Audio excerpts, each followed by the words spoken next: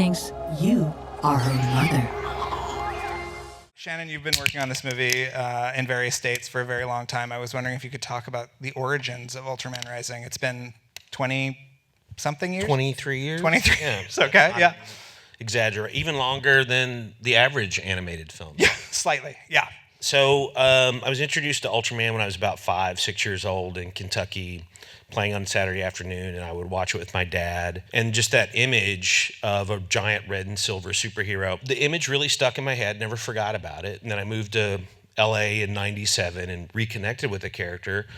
And I started to think, this is a really incredible character that's huge in certain parts of the world, but most people don't know him here in the US. So how could you engage with an audience with a character like Ultraman? Because it didn't start off as an Ultraman film. So I thought, well, what if he had to raise a giant baby kaiju? And it just kind of stuck in my head. And I kind of got to believe in fate a little bit, that those legal issues were cleared up. And then they said, how would you like to make this an Ultraman film? And I said, well, only if I can make it the way I want to make it. And the folks at Tsuburaya, I pitched it to them, and they loved it, and they've been nothing but supportive since. So that's 23 years of history condensed into 2 minutes? 2 minutes. Yeah. John, you've been with this thing from the beginning, too. First as story I supervisor, right? And then co-director. And I was wondering if you could talk about what your role was, how it changed, all of that fun stuff. Yes, so I've been, working with Shannon since Kubo and the Two Strings as his head. Let's give it up for Kubo. Yes. And so this opportunity came to work on this movie, another movie that was inspired by Ultraman.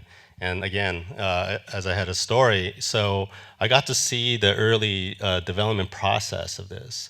But the moment I went to Netflix and it really became Ultraman, I was a little freaked out because the legacy that the hero holds, and it's so personal to me because it's a Japanese superhero that I grew up on. I came in with this perspective of like, how does the Ultraman mythology kind of layer over that without, overpowering this beautiful message and story? Yeah, it just all kind of came together in a way that it just found its like right balance, right harmony. And you're in the movie twice, as a little kid and as an adult, correct? He's in Kubo, too. That's not because of me. It's a Shannon thing. Keep putting him in there. Yeah. And this time I was honored to be in it twice. A young, handsome version and this older version of myself. Sunmin and Marcos, I was wondering if you guys could talk about production design and art direction and coming together for to create the look of this movie. And Shannon, if you want to jump in as well, just how you kind of crafted this dynamic look that is still very relatable. Yeah. Yeah, it's a good question. So first of all, I have to say that coming into this movie, I've known Shannon for many years. We had plenty of conversations. We shared an office at the studio. We talked so much about design, visual storytelling, filmmaking. And I knew that there was this really close connection, and we saw things very much aligned. And the first thing was to create a visual language for each one of the characters. Ken, ended up being this sort of angular, square type. The KDF with Dr. Onda was going to be like round circles, concentric circles. The whole base from outside looks like an eye cornea, pretty much. And then, Ultraman himself. We were trying to show this whole sort of out of this world concept through a visual design that would be this sort of off balance, sort of interesting arches that kind of off balance, kind of intertwining with each other. So obviously there's a lot more to talk about these, but Sunmin. Yeah, another thing was that because both of us weren't from Japan, we had to lean a lot with our Japanese artists who we actually, in our production time, Shannon and John made it very important that we had to have separate time where the Japanese artists, without a supervisor, will look through the work and tell us does this look a little off from our culture and stuff like that. So that was a feedback that we're constantly getting every week actually. And from there, we had a lot of planning in terms of how can we make it posterized looking. So if you look at anime or manga specifically, they usually use photos of backgrounds and they kind of clean it up a little bit so that it looks illustrational. So we thought that would be a great idea, but also a really good bridge that we can have with ILM, since this is a first feature film in a while. It was a really collaborative environment, a lot of conversations amongst all of us to put the look together, actually, yeah. I've been to Japan several times, and one of the things I love about Tokyo is that all the different parts of town look very different. Roppongi doesn't look like Daikanyama. Ginza looks different. Shibuya, Meguro, these different parts of town. And I wanted to make sure that we showed all of those things, all of the beautiful parts of Tokyo. So we set, we Akihabara is where the first big battle is, because that's kind of the thing that people know most, the neon, the jumbotron.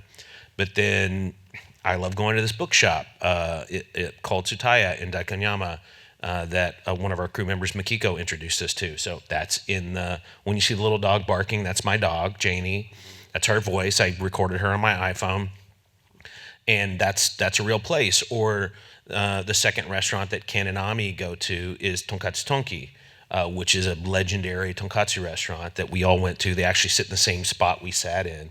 So to get those details right, just so even if you've never been to Tokyo, you would get to see different parts of it that you may not get to see in films that are made here, but also that you recognize, this feels like a real living place, rather than just your generic caricature of a place. Right. Yeah, I just have to jump in because one of the location is in the cabin in the film, the front entrance, the foyer, we call it a genkan in Japanese, and that front entrance is my grandparents' house. And so that was like an awesome opportunity that Shannon had offered, and so I took references. I called my uncle in Japan. I said, please record some videos, and I handed that over to ILM, and even Marcos here was analyzing all the details to get all the measurements and the proportions right. So, Scott, let's talk about the music. I mean, we could spend the rest of this talk talking about the music, but okay. Well, all right, let's do go. it. This is just all about music now. Do you want to talk about sort of the disparate elements that Mr. Tindle laid out for you and how you wove all those together? So the first pitch that Shannon made was that the score was going to be orchestra and 8-bit. So all of the sounds of a modern, mostly Western orchestra with the sound of mostly Japanese vintage video game consoles like the NES and, well, actually also the Commodore 64. But anyway, that was a pretty interesting prompt that then it grew from there to encompass traditional Japanese percussion, Tim Henson of Polyphia, his guitar, and something I focused on pretty early on, which is a harp, which has this ability to shift from a very Western sound to a very Japanese sound. And jumping in as early as I did, as I was welcomed in by the team, which was pretty special, we had the ability to be, I don't know if normally composers have the opportunity to be influenced by concept art, but that I was looking for inspiration at that point, and it was the script, and it was the storyboard, and it was the concept art, and then writing some of this music now 3.5 years ago was early enough to be part of this messy, beautifully messy creative process where, the guys at ILM could be hearing my music and I could be seeing animation come in and hear how Shannon and John were reacting to that, and I would apply their feedback to the next cue I was going to write. So it was, really a special process, but it became a very eclectic score that was as broad as we hope the audience will be. Hayden, let's talk about the animation and the visual effects. ILM hadn't really done a feature-length animated movie in a while. What was it like sort of getting back into the groove, and how did you kind of maintain the look of this amazing art that all of these incredible people have generated in the final product? Yeah, you're right. I mean, it's been 11 years since Rango, and although a lot of the talent is still there at ILM, we knew we were going to have to kind of ramp up. Especially, there was a first meeting with Shannon and John, and the walls of Netflix were just peppered with these Sunmin and Marcos's fantastic artwork, which really became kind of our North Stars. And we always knew we wanted to kind of push the style as far as was possible to try and recreate these pieces of art. But also as well, again, in conversation, we knew Shannon wanted a really dynamic camera. We wanted, cinematography that's, kind of honest to the real world. And it's how do you marry those two things together? And that was a huge process. We ended up making a massive tool set. Every aspect of the image, from the line work to the cross hatching to, we had this kind of way of filtering colors that preserved edges and then mushed up inside, that everything had about 4 different solutions.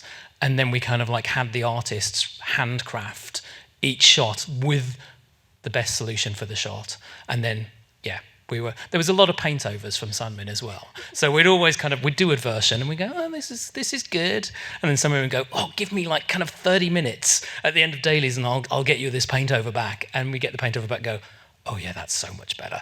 Right, brilliant. Let's, and the next version was just, normally what's on screen, which is just fantastic. Well, I think we feel all the love in the movie, and I want to thank everybody on this stage, and all of you tell everyone to watch Ultraman Rising. Thank you all for joining us Thanks so today. much. Thanks for coming.